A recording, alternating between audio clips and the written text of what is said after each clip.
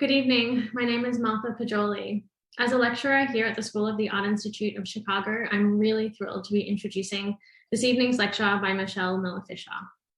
It is supported by the William Bronson and Grace Slovett Mitchell Lecture Series in the SAIC's Department of Architecture, Interior Architecture, and Designed Objects. Closed captions are available by clicking the CC button at the bottom of your screen.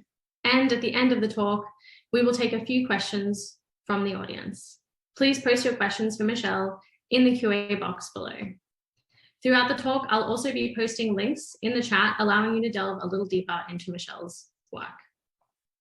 Michelle Miller-Fisher is currently the Ronald C. and Anita L. Warnick Curator of Contemporary Decorative Arts at the Museum of Fine Arts, Boston. Her work focuses on the intersection of people, power, and the material world. At the MFA, she is working on her next book, tentatively titled Craft Schools, Where We Make What We Inherit. As part of an independent team of collaborators, she has created a book, exhibition, curriculum, and program series titled Designing Motherhood, Things That Make and Break Our Birds. Michelle is the recipient of an MA and MPhil in art history from the University of Glasgow in Scotland, and she received an MPhil from the Graduate Center at the City University of New York, where she is currently completing her doctorate in art history. She is part of the 2022 fellow cohort at the Center for Curatorial Leadership. As one of the most generous, engaged, and thoughtful curators in the field today, I am personally so grateful that Michelle has been able to join us here this evening. Her practice critically bridges so many important divides between the ideal and the real, the past and the future, the seen and the unseen, the impossible and the possible. That she does this with such grace and empathy makes her work all the more powerful. Thank you so much, Michelle, for joining us here this evening, and we look forward to hearing all about your many pursuits in design, curating, and collaborative practice.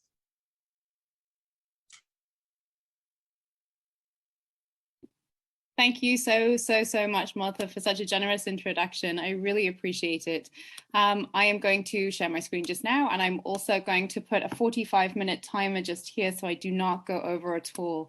I can't see the questions that might come up in the chat, but Martha or anybody else, you're very welcome to interrupt me at any point in time if there is a question that comes up that you think is useful to have during the lecture rather than at the end.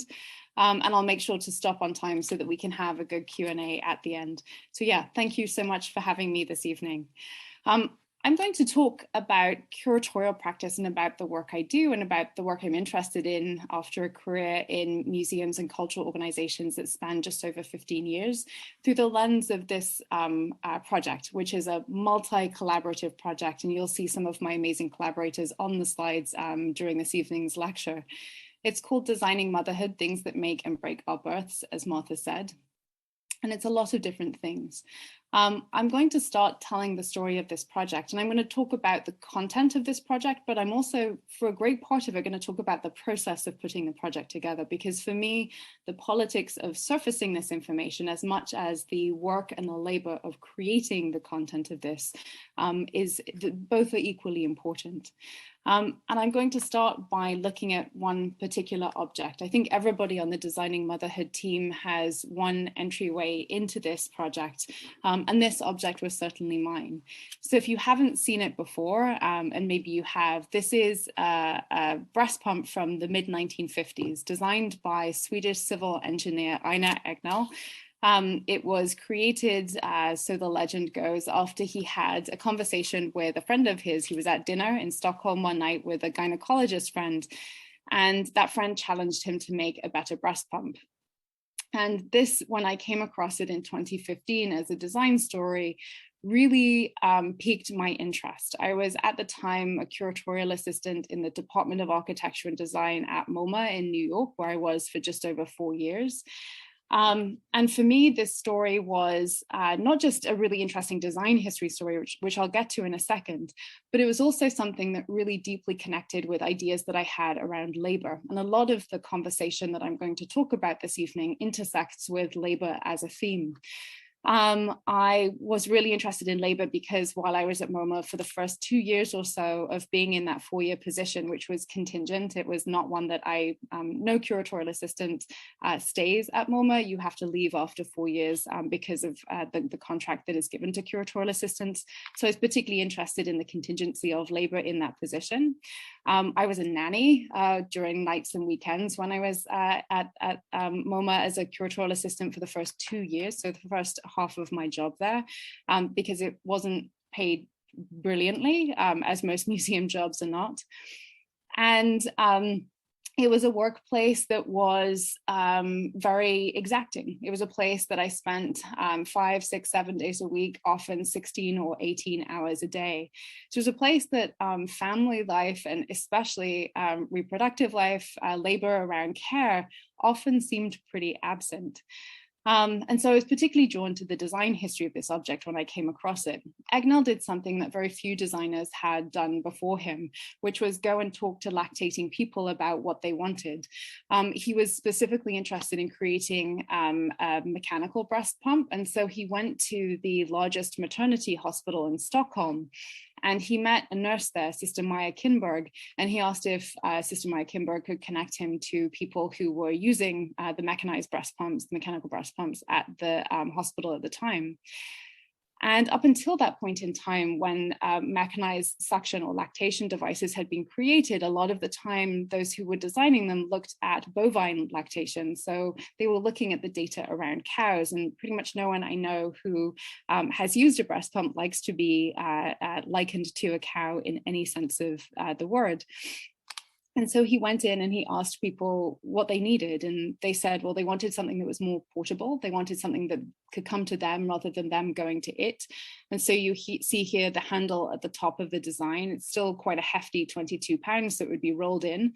But it was something that postpartum people didn't have to get themselves to, which was much better. They wanted something that was a lot quieter. They didn't want to feel like they were feeding their breast into something that sounded like a meat grinder, which is fair. No one wants to do that when they're in the middle of lactating. And so if you turn one of these on, and I used to have one in the cupboard actually just behind me, but it's now on display at the Mutter Museum, you can turn it on and it sounds like an ASMR reel. It's incredibly soft as a sound. It's a really nice swishing sound. And they also wanted something that was just more ergonomic when they brought the flange to their breast, something that was much better than what was available to them at the time in terms of fitting their body. So this was really interesting to me as a process of design, especially in the mid-century. And I, as a very naive curatorial assistant, said, oh, I think this could be a really fantastic addition to MoMA's design collection. And so I proposed it to my amazing supervisor. And when you propose an object into any collection, I do this all the time now at the MFA in Boston, I did it at the Philadelphia Museum of Art, you need to write quite a comprehensive rationale about how it fits into design history. So I brought that when I brought this idea. And the rationale was pretty airtight, I thought. I thought that this object really fit into a lot of MoMA's collecting DNA. So you may well know this exhibition too, but if you don't, this is the very first design exhibition that happened at MoMA in 1934. 2 years earlier, there had been the International Style Architecture exhibition in 1932. And that, like this one, was curated by the director of the museum at the time, Alfred Barr, and Philip Johnson, who, as we all know, had a very outsized impact on architecture and design history, both in the US and beyond. And so in 1934, Barr and Johnson put together this sort of array of technological marvels, machine art, as they called it. So self-aligning ball bearing that you see just here, the airplane propeller that greeted people as they came into the museum, scientific glass beakers, and they literally and very metaphorically also raised them up on these white pedestals. The museum was in a townhouse in Midtown at the time, and so they created a kind of a white box interior. They got rid of any architectural detail and created this pristine environment that to them raised these items up, much like Brancusi sculptures. So although the Egnell breast pump was 20 years later than this, I said it really fit into the kind of fetishization of machine art that MoMA's design department had been founded upon. I said it was also something that was a humble masterpiece. About 70 years later, my brilliant supervisor, Paola Antonelli, had created the Humble Masterpieces exhibition. This was when MoMA was undergoing one of its renovations in 2004, and the exhibitions were happening off-site in the museum's storage facility in Queens. And so Paola was looking for something that was portable, easier to put up in that context. And so she riffed on Johnson and Barr's machine art. She brought back out, and you can see it just here, the self-aligning ball bearing, but she put in also the white t-shirt, the big pen, the chopper chop, the condom. And so I said, much like Paola, this is looking at a design that is within the context of our daily lives, is sort of there, and you can't really even see it because it's so much part of the furniture. And it really fits into this lineage as well. I also said, and it absolutely could have been part of the Design and Violence exhibition, or at least one of the subjects that we have in the Designing Motherhood book or exhibition could have fit into this particular project. This was one that I came into when I started as a curatorial assistant at MoMA. It was begun by Paola, by Jema Hunt, who was at Parsons, who is still at Parsons, and Kate Carmody, who was the brilliant curatorial assistant before me at MoMA. And each week we connected one particular designed object or system to one strand of or type of or conversation around violence. And then asked a stakeholder, sometimes a scholar, sometimes a designer, sometimes a community member, to offer a written response online. It started as an online project, but then became a book. And then it was opened up for discussion below the line so that folks could get in on the conversation. And so to me, there was sort of a way in which the precedents to Agnell's design had been somewhat violent, and he had overcome that. In the larger conversations around designing motherhood, we've also looked at things like forced sterilization or the object, the Dalcon shield, which I'll get to. And so for me, it also fit into this conversation. And then very finally, this was at the moment where the MIT Media Lab had been hosting the Make the Breast Pump Not Suck hackathon. They had their first one in 2014. And they looked there at the breast pump and looked at redesigning that particular object. They got together many stakeholders from across disciplinary boundaries, and also interest groups, many different stakeholders from different communities. They brought everyone back together actually again in 2018 to look at the systems surrounding the breast pump.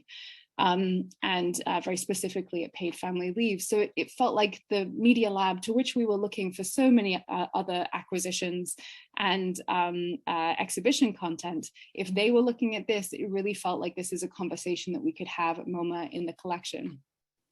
It's a really long-winded way of a preamble to say that I made this pitch, and I was told very gently, but very firmly, no.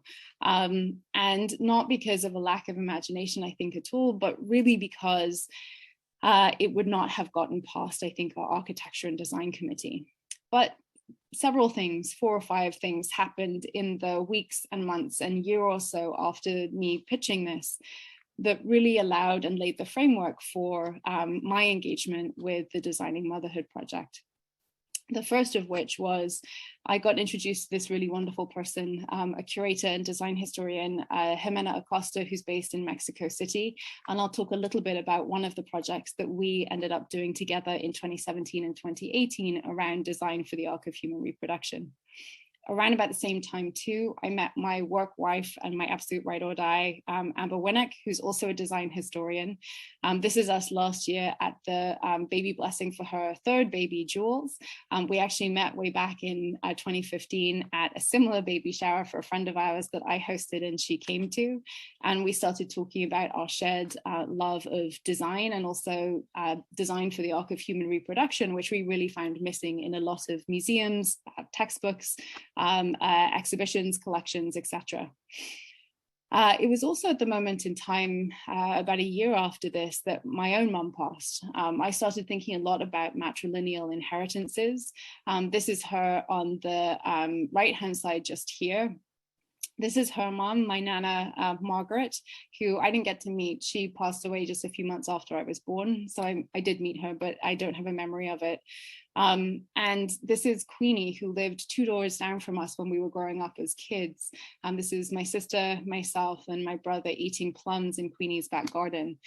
And Queenie became what my mom referred to as her adopted mom, and what we referred to as our adopted grandmother. She was incredibly close with us. She passed away when I was 14, so she really was there for a long part of my life. And I'll come back to these women and to Queenie and my mom specifically at the end of my talk, but they really had an outsized impact on how I thought about design, reproduction, agency, and motherhood in particular. All 3 of them had very difficult relationships with motherhood, not difficult relationships necessarily with their children. They don't hold a high school diploma between them. They come from places that made it quite difficult for them. And so I was really keeping them in mind a lot during the conceptualization and research for this project. And then 2 very sort of much larger and more kind of in the ether moments happened shortly after I had pitched the breast pump to MoMA. One, I think many of you will have read about at some point in time. Nikki Columbus had applied and been accepted for a curatorial position at MoMA PS1, and then had that job offer rescinded by Klaus Biesenbach and Peter Ely, 2 curators there, because they hadn't realized that she was immediately postpartum, and didn't feel like somebody who had family obligations could undertake the job as they saw it needed to be done. And exceptionally for the field, Nikki took them to court and won a discrimination case.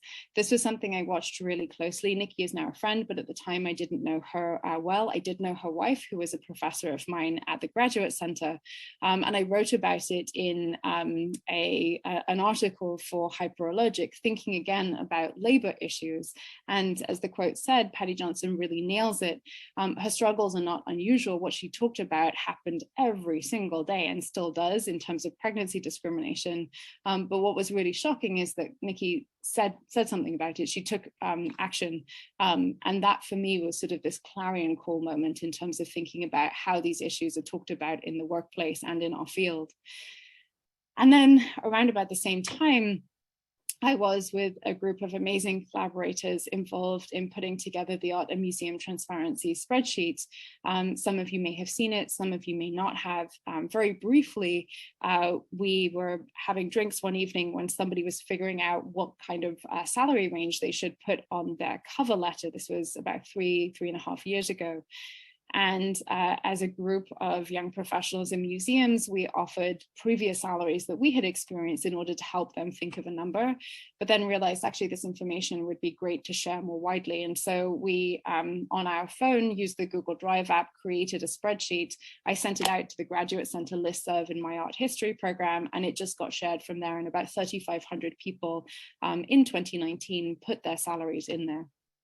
So this was a moment in time where I was thinking both personally and professionally about the arc of reproduction, about this material culture that I and others who I was so excited to meet were really interested in, and also thinking about the conditions of labor that we found ourselves in cultural institutions. And so Jimena and I was teaching at the time at Parsons. We put together what was kind of an incubator exhibition. You could apply for funds, $1,500, so not a huge amount, perhaps the smallest amount I've ever done an exhibition on actually. But they have really fantastic galleries that, as you can see here, look right out onto Fifth Avenue at 13th Street. And so we started to pull together material culture related to the arc of human reproduction that we were particularly interested in. We put it on display. It was a great teaching tool at the time. I was teaching at Parsons. Jimena was teaching in Mexico City. And we pulled in, as you saw, breast pumps, menstrual technologies, different print ephemera, both from the US, so Our Bodies, Ourselves, written by the Boston Women's Health Collective in 1969, 1970, Spare Rib, a really fantastic feminist journal from the later 20th century in the UK, and Femme, a similar project out of Mexico. And we traveled the exhibition to Mexico City, where Jimena used it in the same way for teaching, making it in each city very localized to the specific conversations that made sense for audiences there. And we also published a very small book attached to it that was a checklist of the works that were included. At the same time, I was working still at MoMA, and I worked on an exhibition called Items is Fashion Modern. It was the first exhibition of fashion that had happened at the museum in about 70 years. There hadn't been one since 1944. And there hadn't been one since then for many reasons. But back to Philip Johnson, he said that the reason historically that fashion had not been included in the architecture and design collection, even though it absolutely connects to design history in so many ways, is a part of design history. He said the reason that it had not historically been part of MoMA's collection was that, and I think this is a direct quote handed down from Paula, that they wouldn't want to tell their lady trustees what to wear. And so it was seen as something that was frivolous, not very serious, not something worthy of consideration. This exhibition begged to differ. It looked back to Bernard Rudofsky's excellent Are Clothes Modern from 1944, where he posed that rhetorical question and looked at the clothing of the day and saw it not fit for purpose, and looked at a new generation of American designers and looked more broadly across the world at clothing that had really been designed with the body in mind. And so we looked here at 111 different items, garments, and accessories that we argued had had a profound effect at global or local levels over the past century. And we created an exhibition that took over the whole of the 6th floor. There were 111 categories, as you saw on the wall there, and they really range very widely. One of them that I was most proud of was this very small section here, where I brought in the tie waist skirt, which I'll come back to as a technology of the mid-century. If you haven't seen one before, you probably have seen one if you've ever watched an episode of I Love Lucy during the 1952 series, where she was actually pregnant on screen. But the idea is that the tie waist just here can be gradually let out as a pregnant belly grows. The pregnant belly actually pokes out of this hole just here, so there's no fabric just here. This allows the hem to remain straight, and then you wear one of these very snazzy smock things over the top, and you basically look like a giant tube, and hopefully nobody can tell that you are pregnant until very late on, because of course in the mid-century it still wasn't in polite company something that you would be explicit about. It was seen as a condition to conceal. And we can talk a lot about the politics of that if you would like later on in the Q&A. And so I put together the tie waist skirt with a really wonderful modular dress that was created by a young designer just out of Parsons apparel design program, Wei Hung Chen, and then the Snuggly, which has a really fantastic design history in and of itself, created by Anne Moore in the late 1960s. She had gone out as one of the first waves of Peace Corps volunteers and had gone to Togo, had seen folks of all ages and all genders carrying small infants on their back with a piece of textile, and came back and asked her mom to help her make something similar that she could carry her first baby in. And it became this cottage industry that then became a multi-million-dollar business called Snuggly, that very much like the Baby Bjorn. The thing that's important to note here, though, all of our categories were called our 111 categories were called whatever the clothing typology was. So there was the hijab, there was the platform shoe, there was the bra. And when I wanted to call this maternity or maternity clothing, because of course that's what it is, I was told that I should use pré-maman because maternity was an ugly word. And so it was interesting to me that even at this moment in time in 2017, this was a conversation that was still too naughty to have within the hallowed halls of MoMA's design collection. I brought elements of this conversation also into the Designs for Different Futures exhibition that I collaborated on at the Philadelphia Museum of Art in 2019. And so we had a really carer-friendly library area. The Make the Breast Pump Not Suck Hackathon was part of that exhibition. So too was the Mamava Pod. And then when I couldn't actually get the breast pump collected by the Philadelphia Museum of Art, I did try to. I brought it to the director actually, and he asked me if I knew what design was. And so I didn't press the matter any further, but I sent them to the Art Institute of Chicago. And so now in their design collection, they had on view, and they now have in the permanent collection, the Medela pumps from the 80s and 90s, and a Willow breast pump from more recent years. But I realized at this point in time that it wasn't going to be very easy to get this conversation into spaces of art and culture. And by this point in time too, Amber and I had become incredibly close friends, researchers together. We knew that we wanted to create a book out of this project that would be longer and ambitious. And while we had hopes that maybe a cultural institution like MoMA or the Philadelphia Museum of Art, where I was then working, might have taken it on, we realized that if they weren't going to, that we would just start something of our own. So we began an Instagram channel, which now has over 11,000 followers, not the largest channel, not the smallest, but a really wonderful and supportive community. We began it over 3 years ago, and it was just the two of us. And it was a great place to share research with one another. Amber had one young child and then had a second young child during this part of the project. I was at work at crazy hours, so both of us were able to, through this, work very asynchronously and share the ideas, the systems, the objects that we were researching, and bat them back and forth with one another. And it became somewhat of a research log. And we also started writing essays together. So one of them was in Vestoy, a really fantastic fashion studies journal. And this was a way, if nobody else was going to allow us to put it in a cultural institution or to create a book out of it very easily, this was a way to be able to have a conversation. We had sent out a book proposal in 2017, 2018 to a lot of different publishers.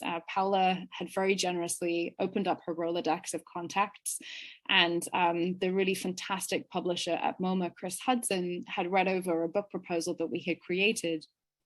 And we had sent out the book proposal to these fantastic heads of publishing houses, at popular presses, at academic presses. And we thought, because we had two such amazing reviewers who had so generously opened doors for us, that somebody would at least help us publish the book that we had an idea for. And we waited, and most of the time we didn't hear anything back. When we did hear something, people would say, fascinating, but we don't do women's issues. We pointed out that it wasn't just a book for women, but they didn't really seem to care. Other people said fascinating, but we don't really understand where the disciplinary boundaries are for this, and so we're not really too sure how to market it. Or fascinating, but it's kind of a niche subject area, to which we responded, well, it's not really, because it's about birth, and everybody got here by birth, and everybody is touched by at least one of these designs at some point in time. But we really had absolutely no traction. So we thought we were going to be self-publishing the book. A turning point came for us in 2019, when a friend of mine in Philadelphia, Erica DeVrea, she said, you should really connect, if you're interested in this area, with Maternity Care Coalition. MCC are an absolutely fantastic organization. They've been in Philly for the last 40 years or so, just over, and they provide a range of different direct services that are created in order to center folks who are pregnant, who are birthing, and who are parenting children up until the age of 3, allowing them the agency to determine how, when, and why, and in what ways they want to shape their family and to parent if that is what they choose. One of the signature programs is the Mommobile that you see just here. And it sends folks to meet people where they are in their own homes. And those services, those direct service staff can be lactation consultants, they can be doulas, they can be folks who are specialized in early childhood education, in adult education, in other areas and resources, which, when people have access to them, greatly improve birth outcomes and allow them not just to survive, but to thrive. So here are some of the home visits that happen today and have happened over the last 40 years with MCC. So in a lunch break in 2019, I went down to Maternity Care Coalition, and the first two people that I met were Karen, who is the director of the vice president of outreach and programs, and Zoe Greggs, who is at the time an executive assistant and is an artist in her own right. These are images that were shot by Deb Willis. Deb very kindly became part of our project later on in its run, and took some of the images of the staff at MCC that we have in the project. But my pitch to Karen and Zoe was, we have an idea for a book and maybe an exhibition, and it details the kind of work that you do every single day at Maternity Care Coalition to design healthier cities. Most people in Philadelphia don't know MCC. Could we perhaps work together to apply for funding for the book and the exhibition? We would get to write this design history that we wanted to, and we would do it in such a way that centered your expertise. We would embed with you for a number of years, and we would, at every single step of the way, tell people about the work that you do. So it would become a way of communicating out the work that you do. And to their great credit, Karen and Zoe both said yes. And so began a partnership that has spanned 3 years and counting. We also welcomed onto the project the amazing Dr. Juliana Rowan Barton, who is a design historian too, and had recently finished her PhD at UPenn. And then you see in the bottom right-hand corner, Gabriella Nelson, who is a trained city planner and is also the Director of Policy and Advocacy at MCC. And this is the picture that we met her through when it was posted as part of Breastfeeding Awareness Month a couple of years ago. And we said, please, can we use it for the book? And she said, yes. And also, I'm really interested in your project because I'm a designer as well. So as part of the project, we ended up applying to the Pew Foundation, which is in Philadelphia. We were awarded a $300,000 grant, and that allowed us to both create the exhibition and the book, but also put together a paid advisory council, paid artist commissions, and other structures that made it a truly collaborative project. So you're looking here at the amazing advisors that we had from MCC, Adrian, Portia, Takara, and Sabrina, who between them have expertise in lactation consultants, nursing, doula, entrepreneurship, anthropology. Sabrina is a published children's book author as well. And every step of the way, we worked with this team and the larger curatorial team at MCC to plot the project out. So now Designing Motherhood is a lot of different things. It's a book, it's an exhibition, it's a series of public programs. It turned out also to be a design curriculum. One of the reasons Amber and I started the project in the first place is because we didn't hear these conversations in the classrooms that we were in as design historians when we were students, and we didn't have the materials to teach from when we became faculty in those classrooms. And so we partnered with Penn Design over the last year to do 2 pilot projects, and then made those resources open source.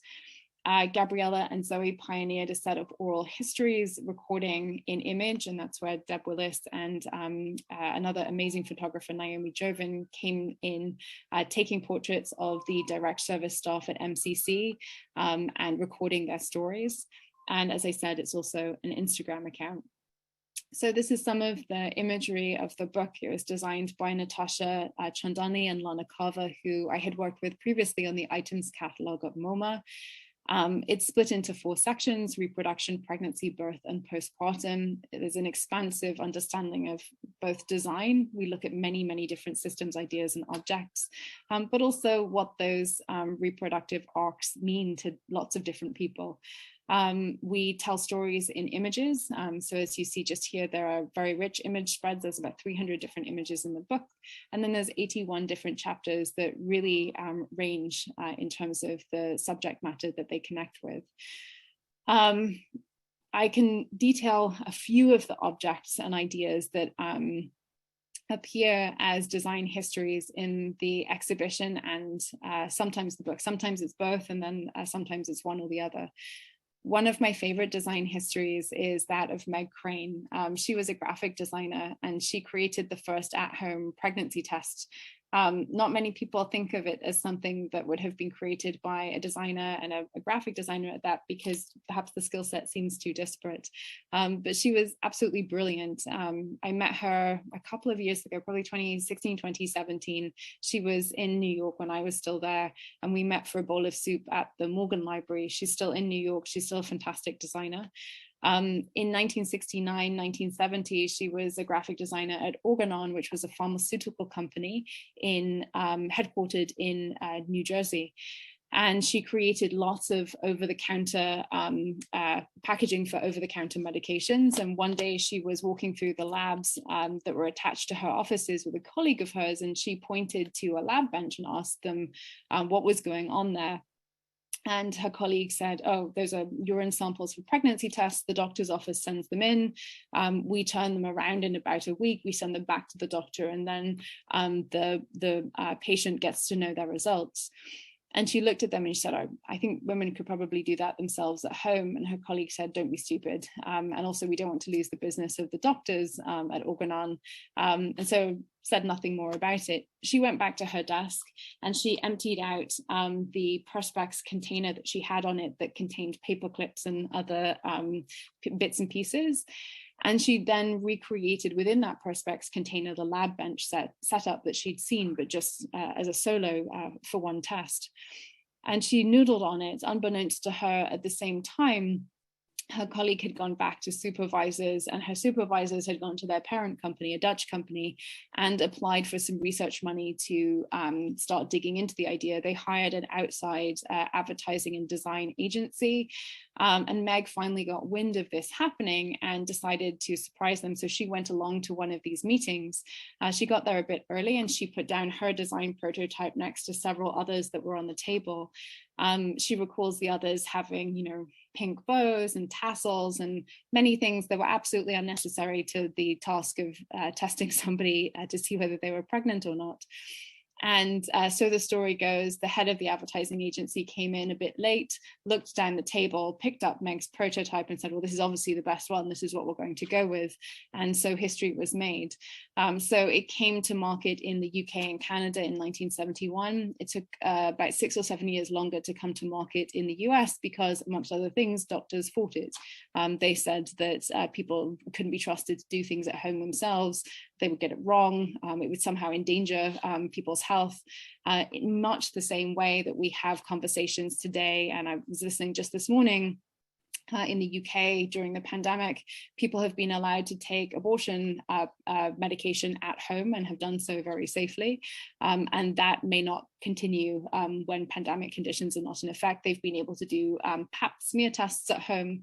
And while, of course, it's always really important to have access to a provider as well when you need one, one can have one's health in one's own hands too successfully a lot of the time. On the right-hand side, you see the at-home pregnancy test that was created by design students in Philadelphia a couple of years ago, and is the first biodegradable flushable pregnancy test of its kind. One of the other objects that we have from the Mutter collection, we have 2 exhibitions, and I'll show you some images of the exhibitions shortly. 2 exhibitions in Philadelphia, one at the Center for Architecture and Design, and one exhibition is at the Mutter Museum, which is the medical museum in the city attached to the American College of Physicians. Part of their collection also includes IUDs. One of these IUDs is the Dalkon Shield. You may well have heard of it before. If not, it was an intrauterine device, a sort of a contraceptive device that was implanted in millions of people's uteruses during the 1970s. It was manufactured by an American company, A.H. Robbins. And this particular device, the Dalkon Shield, was not adequately tested. This is a sort of recurring theme, sadly, in parts of medical history. This element went through the cervix and into the uterus, and it would prevent an implantation of a pregnancy. This element just here was really for the convenience of the provider, and it would hang down so the IUD could be easily located and removed when the time came. It was given to many people. One of those people was Loretta Ross, who has since become one of the real founders of the modern contemporary reproductive justice movement. She went back to her doctor for months after she had received this implant at the age of 23. And she complained, as many others were doing at the time, of severe pelvic pain. She was repeatedly told over a period of 6 months that she had some kind of STD, that it was something that she should try various medications for, but was not taken very seriously. it turned out that the design flaw of this particular object was that this here, instead of being a monofilament, had multifilaments to it, which allowed bacteria to wick up through the cervix into the uterus. And at best, it would cause, as she was experiencing, massive pelvic inflammatory disease, at worst, sepsis and death.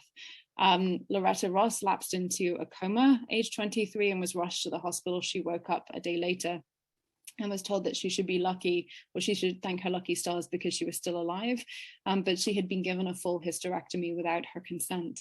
And really her story connects to much larger histories of forced or non-consenting sterilization abuse in this country and beyond. And so by sharing her story and being incredibly open about what happened to her, she and many others pioneered what has now become the modern reproductive justice movement. Another one of the objects that we have on display at the Mutter Museum is the Rhea pessary. Before I started research on designing motherhood, I had not really understood the prevalence of prolapse. If you have a uterus, you have a 50% chance at some point in your lifetime of it dropping from where it is to where it shouldn't be. So the uterus just here, people with uteruses, 1 in 2 of them will have some kind of prolapse where this element drops partially down or wholly down. Sometimes it drops so much that it requires surgery, but for a lot of people, it just requires something to keep it up there, a pessary of some sort. A couple of years ago, 3 Cornell students in an engineering class were asked to look at patents that hadn't been shown some love in some time, pick one of them and use them as the basis for a design project that semester. And so the Rhea pessary was born from this particular experiment. As you see it just here, it's made out of silicone. In the Designing Motherhood exhibition, we looked through the Mutter Museum's historic collection, and this is where Martha's research comes out so beautifully, and her work is part of this exhibition. Pessaries have been around for a very long time. They have been around for a century, if not millennia, have been balls of wool or pomegranates, whatever can go into the vaginal canal and keep things where they should be. They've often been made from incredibly uncomfortable materials. You see metal, wood, and glass here. Something that looks like a Christmas bauble is not something I would put anywhere near my vagina. And so the folks at Rhea went through a prototyping process, and you see some of what they call their Frankenstein prototypes just here before making this one out of silicone. It's not only incredibly good at what it's meant to do, it can be inserted by a person rather than the provider having to do it for them. And it looks a little bit like a squid. It just makes this beautiful shape as well. So both elegant and economic. The patent, I forget if I mentioned it, but the patent had not been revised substantially in the US, at least, since 1938. So they were really interested not only in updating something that hadn't been shown some attention in some time, but also thinking about a subject matter that is often pretty taboo, something that very few people know about until it happens to them. We looked at many objects in both the book and the exhibition, but we also looked at systems. And so this is where I'll close before we get to our Q&A. We looked at the presence, or in this country, the absence a lot of the time, of postpartum care.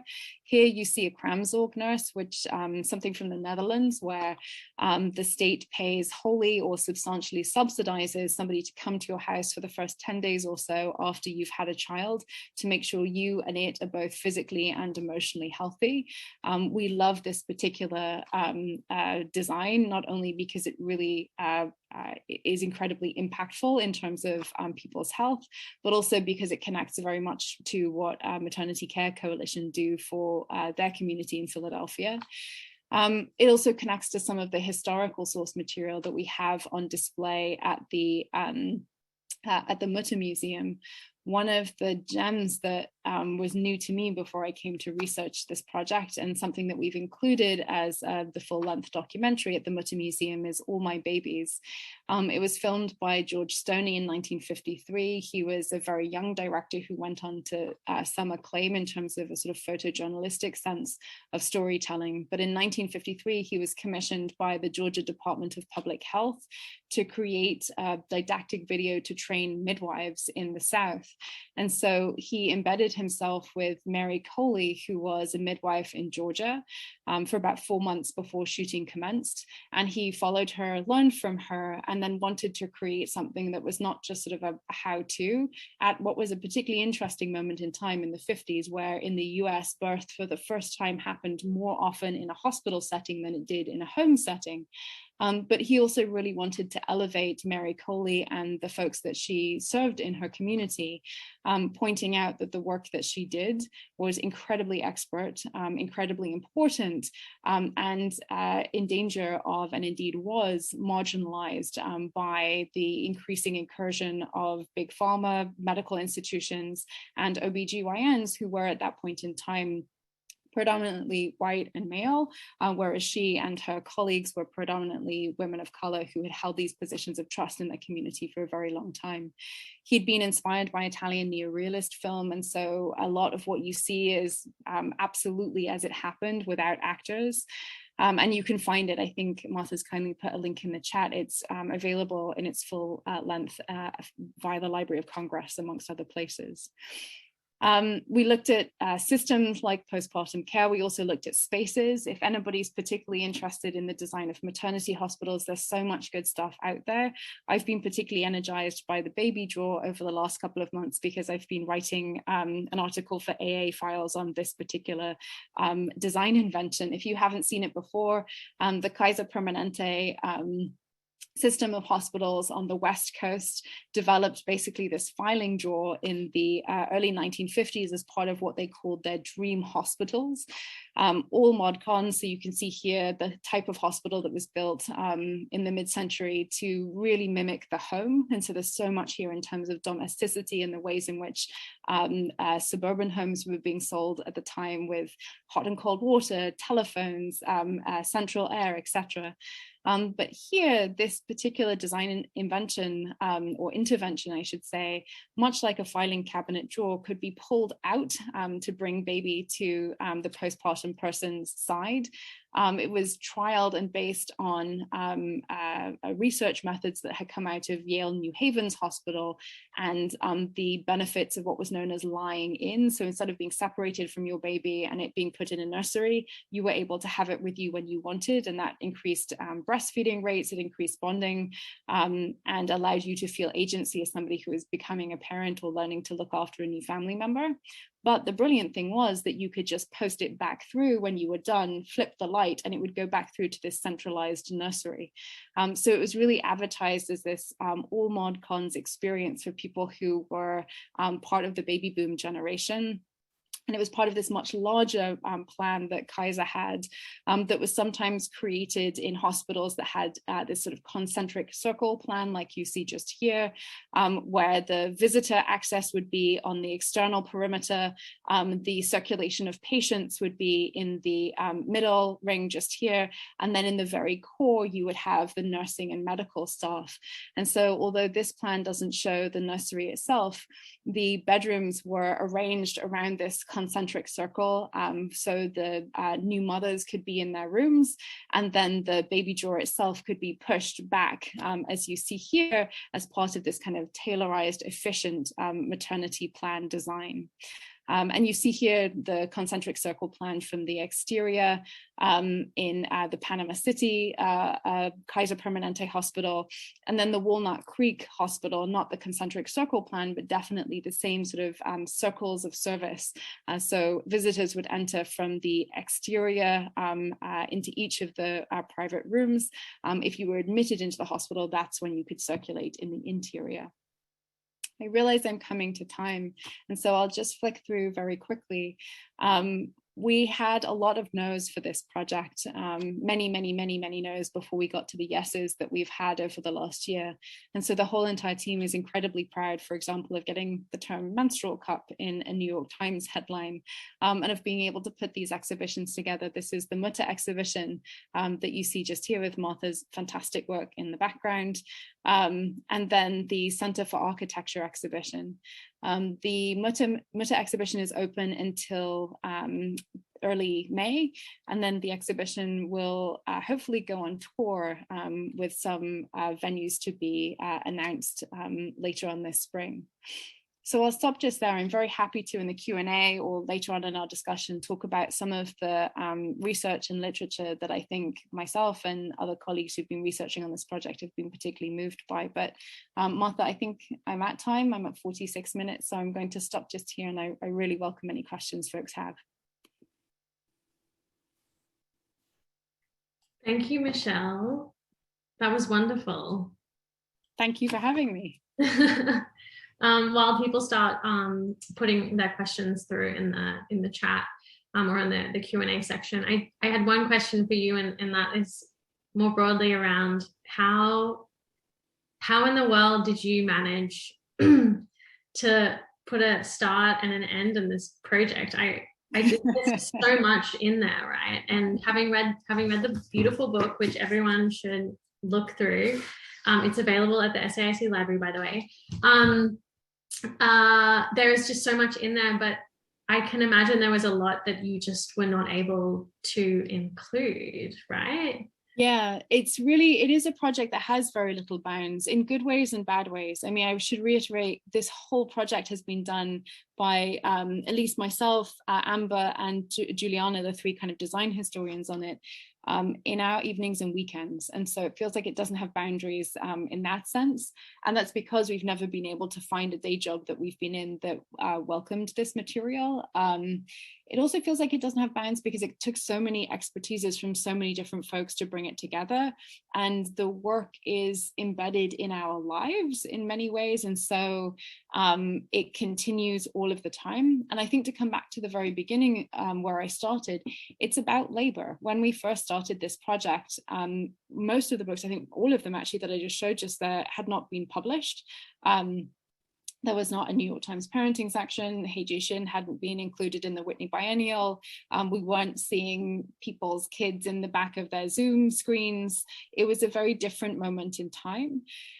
And I think that while we have become maybe more accustomed to seeing some of these conversations had in public spaces than we were at the beginning of this project, I feel like it's still very much, especially in this country where we don't have paid family leave, where 25% of postpartum people go back to work within 10 days, where if you are a birthing person of color, you are 3 to 4 times more likely to die during childbirth or in the year after. It feels like a project that is unlike anything else I've done in a museum, because it's not meant to have a beginning or an end. It's a way of having an ethics of being in the world, I think, which, yeah, it's not something that can be sort of neatly sewn up with an opening and a closing and then check and on to the next thing, which feels right as well. It feels the antithesis of so many ways in which I have to work in cultural institutions otherwise.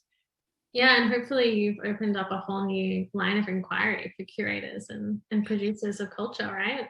Well, I think, I mean, the brilliant thing about doing this research, we stand on the shoulders of giants. And so like, it's not like people haven't been writing about this for years, decades. I mean, Loretta Ross's work is, 5 decades old, and it's so important. Most of the time it's been women, mostly women of color, talking about these things. Those are also folks who have not been platformed in cultural institutions, have not been welcomed either as visitors or as staff members, and in general, topics that have not been welcomed in cultural institutions. So yes, I think hopefully a project like this can open up that discussion, but also I'm always really cautious to say so many people had it before we had it, that we just built on research that was out there. No, you're absolutely right. Okay, we have many questions now. I'm going to go from the top. I think this pertains to your fashion exhibition at the MoMA. Was the exhibition restricted to female clothing, and if so, why? No, that's a really great question. No, in many parts of the exhibition, we look a lot at gendered norms, stereotypes, ways in which the arc of human reproduction has been shaped by expectations around how gender is expressed through many forms of design, and also how people have blown that out of the water. In the MoMA items exhibition, we looked at the modular clothing, and that was agender, the snugly sewn certainly is for anybody to use. The tie-waist skirt came from a specific historical moment. So yes, when that clothing was developed in the 30s, 40s, 50s, it was specifically targeted towards female wearers. But in the exhibition, we show a number of different instances where we look at folks who do not express in terms of feminine fashion and are pregnant and want to be able to have clothing for the period in time where they're going through a temporary body, where their body is expanding and contracting, and they want to be able to have clothing that helps them maintain their gender expression. Great, thank you. Okay, the next question, this is a big one, and I think you kind of tried to tackle this at the start, but what was the biggest challenge that you faced as this topic can be a little bit sensitive? Asking because generally people try to avoid these sorts of questions. Yeah, that's a really great question. Thank you for it. So one of the questions that we got a lot when we started sending out the touring proposal, which went as badly at the beginning of doing it as our publication proposal went, was how do you deal with abortion, which as somebody from the UK, from Scotland, where it is part of the health service, which is free and a human right. I mean, I've lived here for 15 years, so I know the score, but it still boggles my mind that this is something that is even a question. And so that was definitely it wasn't a challenge so much as just, I mean, we give a very straight answer. We deal with it as healthcare and as a human right.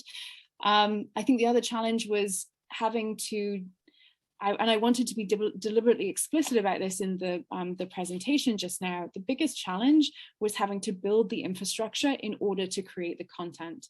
In the museum, I have colleagues who do fundraising and who are expert at it, who do exhibition design, who do all of the things that create what is a collaborative endeavor of creating an exhibition.